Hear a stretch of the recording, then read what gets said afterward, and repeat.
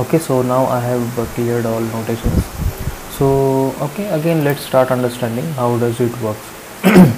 So basically, now suppose this mobile station or mobile device is turned on. Okay, so a sort of connection request will be delivered through this nearest wireless station, in short what is called it as BTS, to the BSC. Okay, so let's draw it. Okay, so first of all the connection request will be delivered through BTS through BSC. Okay, and it will be received by MSC. When this request will be received by MSC, immediately the same information will be diverted to the EUC, that is authentication center. Okay, now while delivering this sort of connection request, okay, see, I am not considering those steps. First of all, you should explain those steps only, and then only you should start with explaining how does GSM works in actual manner. Okay, so within AUC, all information will be authenticated by ISP. After having authentication, okay, this AUC will generate the acknowledgement about the same, and it will deliver it to the MSC. Okay, and based on that, MSC will again try to store the rest of the user details simultaneously. Okay, that is which kind of device is being used by the user, which kind of technology is being supported by the this user's device based on the IMEI number and rest of the things. Okay, and again simultaneously it will try to deliver or store the rest of the information related to the user details. Who is the user, is which kind of services is subscribed by that user, what is the current location of user, and so on. So many things are there. Okay, and based on that only, again further at the moment, okay, then only the user will have access to the requested network services. In short, it might be any service. It might be calling, it might be delivering SMSs and so on. Okay, so the secured connection will be established, and through which only the information will be exchanged between the mobile station, that is the end user, and internet service provider, in short. Okay, so this is normally initially the activated components within GSM architecture. Now here you can see that okay, one more component is added to this architecture. Okay, so which is in short this OMC. Okay, so OMC is in short operational management center. You can see the list of components. So you will find here this OMC is also operational maintenance center. Sorry, I have completed it in the wrong way. That is, M stands for maintenance, in short. Operation maintenance centers. Okay, so it manages the devices and the rest of the things which is happening within the ISP. Okay, so like for example, right now the user is connected. After some time it might be disconnected, or it might be entered into the foreign network. Okay, again based on that the data might be received through this ISP. Okay, what is the current status of that device, and so on. Okay, so in short, the service management or the device management is done through this OMC. Okay, so in short, it keeps record of all services being accessed by the user, or what is the current status of user about the services. So this is the role of OMC here. Okay, now our first step is done, that is the device right now has the network access, that is internet service provider is connected to this mobile station, in short, or your mobile device. And now suppose next task is, let's say this user wish to make let's consider, say user wish to make voice call. Okay, so in that case what will happen? Okay, so let's consider again same example. Okay, so to make voice call again, what will be happening here is the voice call will be okay. So now suppose user may wish to make a voice call, then what will happen in this case is obviously the voice call request will be delivered through BTS through BSc, okay, and obviously as usual it will be received by MSc. Okay, now again it's not necessary that all time the request should be approved by the AUC. Okay, once the AUC is done, but still again, okay, through this HLR again it will be verified. Okay, that is which kind of services has been subscribed, whether user is able to make voice call or not, and so on. Okay, so through HLR again including its session storage and everything. Okay, so the request will be further delivered to the GMSC, okay, which is in short the gateway mobile switching center. Okay, so this is normal mobile switching center, this is a gateway mobile switching center. So what is the differences? This MSC in short interacts with the internal components of GSM architecture or internet service provider, and GMSC is in short the gateway which communicates with the public network or the outside, or say the external network you can consider. Now external network may include ISDN, PSTN or data networks also. Okay, now this is your ISDN. See, ISDN and PSDN are in short your telephonic networks, that is telecom networks in short. Okay, now this public switch telephone network is in short your very simple thing. It is in short your public network. You can consider the normal users, the rest of the users, or the users from another internet service providers. Okay, and integrated services digital network in the sense ISDN. Okay, which the users which might be subscribed under the same ISP only. Okay, now the user may wish to call, say, the user who is using the user who has been subscribed within this ISP only. So the same call will be again transferred, or the same request will be delivered through this public network, that is through ISDN, to the another user. Okay, now another user in the sense again the same user which is subscribed under the same ISP services. Okay, so this is in short very simple thing, you can understand in a very easy way, and through this way only the communication will be again happening. Okay, so this will be again obviously two-way communication. Okay, since I have just only used a single line to represent this communication, but you should know and remember each time this HLR will be activated. Okay, that is let's say this user might be have subscribed or might be have the low balance, or say the balance within its subscription might be low. So each time this HLR is going to verify what is the current status of this user. So based on that only this connectivity will be maintained. Okay, now say there might be the user may wish to make another user who has been subscribed for another internet service providers. Okay, that is the user might be using another ISP service. Okay, so again this user will be connected from this PSTN network, that is in short this is in short the part of public network. This cloud represents the public network, and in previous diagram also we already learned what is public network is. Okay, so basically this is how it is managed through GSM architecture only. I hope you have understood, and all time this OMACL is also activated. Okay, and I have already explained you what is the role of this OMACL. Okay, so in short it is going to manage the operations. Okay, it might be based on services, it might be based on device integrity and so on. Okay, so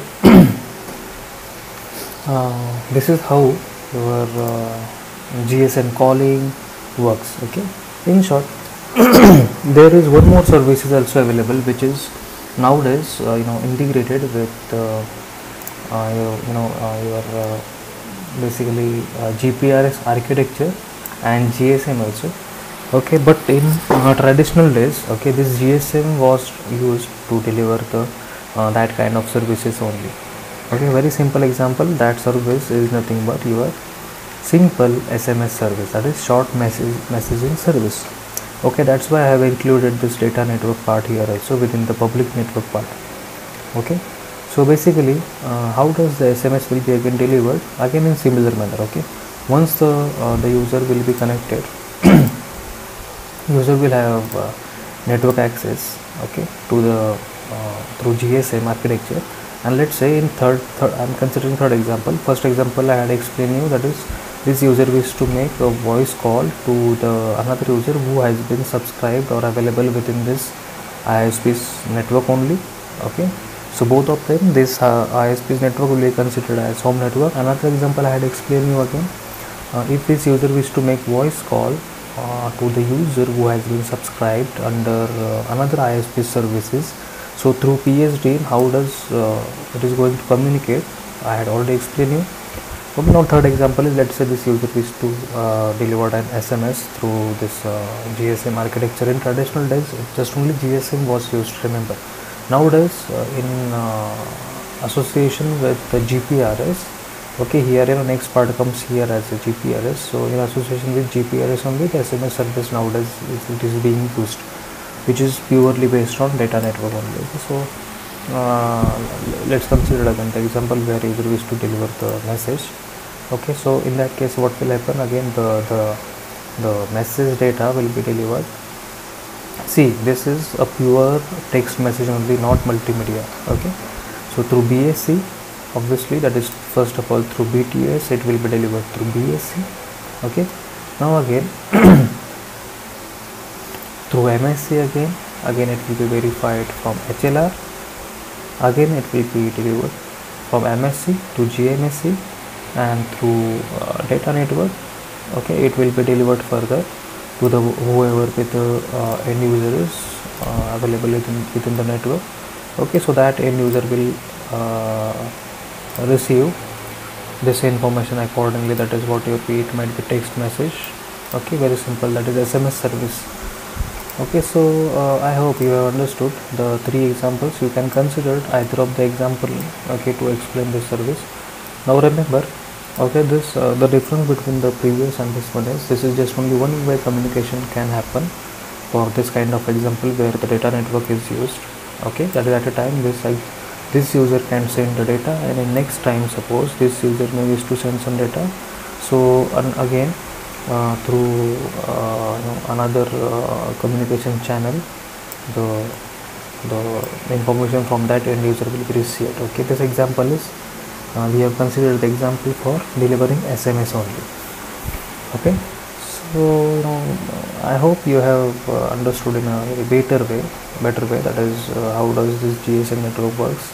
Okay, and last example is nothing but when this user has entered into foreign network. Okay, so let me clear those notations and then I'll start again. Okay, so now in this case, let's say the user has entered into a foreign network. Okay, and we have already learned that what will be the sequence when this user which is subscribed under this ISP service basically. Okay, so what will be the sequence to exchange the information. So basically, just try to listen it up. I'm not going to draw it here, we already seen this part. So when this user will be entered into foreign network, okay, the flow will be from the BTS of another station, that is BTS of another internet service provider, from that internet service provider to the home internet service provider, and from home internet service provider to the components within that internet service provider itself. Okay, so in short, this was a flow when our home user is entered into foreign network. But now what will happen if, okay, let's say instead of this home user, okay, let's consider, say there is one more user, okay, who has entered into this network basically. Okay, that is this internet service provider's network basically, another user has entered. Okay, so we already gone through all steps, that is how does the mobile IP will be allocated, that is temporary key of address will be allocated to that particular end device by this internet service provider itself. Okay, so whatever the communication is happening between this foreign user, okay, again I'm repeating, this is foreign user. So whatever the communication is happening between this foreign user and its own internet service provider through this ISP, okay, so all information related to this user is basically, okay, the all relevant information of this foreign user will be managed by this VLR, that is visitors location registry. Okay, so this is the role of this VLR. It manages all relevant data or information about the foreign user basically who has entered into this network. Okay, so this is the end of theory about GSM architecture. Now I hope that at least by considering such kind of examples you have understood how does this GSM architecture works. Okay, so this is the role of VLR basically. Okay, so remember, okay, that the further, okay, since this is the GSM part basically, okay, so this was GSM. Okay, now again this GSM is combined with as in the beginning also, I had explained you about the same thing, that is how does the GPRS or GSM is a part of GPRS. Okay, so in short, okay, this is your GPRS part. Okay, and in short, a little bit some more components are there, okay, which are related to the GPRS, okay, and which covers the whole the GPRS architecture basically.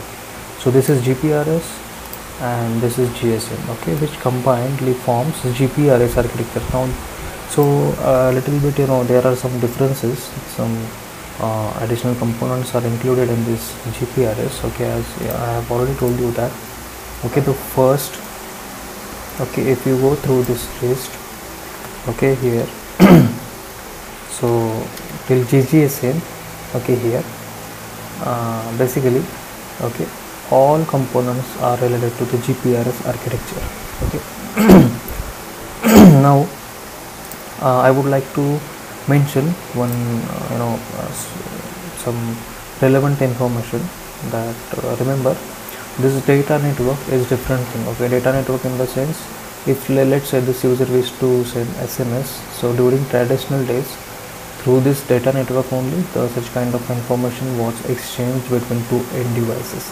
So in short, this data network right now, okay, I had explained you with respect to GSM, not with respect to GPRS.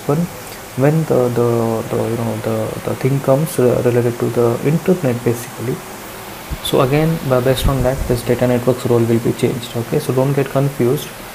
So I hope you have understood the GSM architecture in more depth.